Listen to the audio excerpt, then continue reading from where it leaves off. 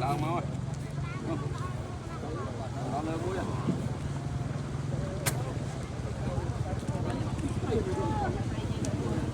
Nè. Làm nó lên. Ốt mơ đúng không nè. Đây chả nào vô đó như này, trâu mình tên nó cái như này, nè.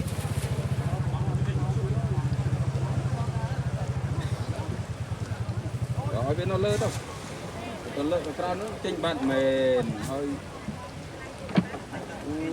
Bây giờ là đọc cô nó mua nó trời. Ní ơi.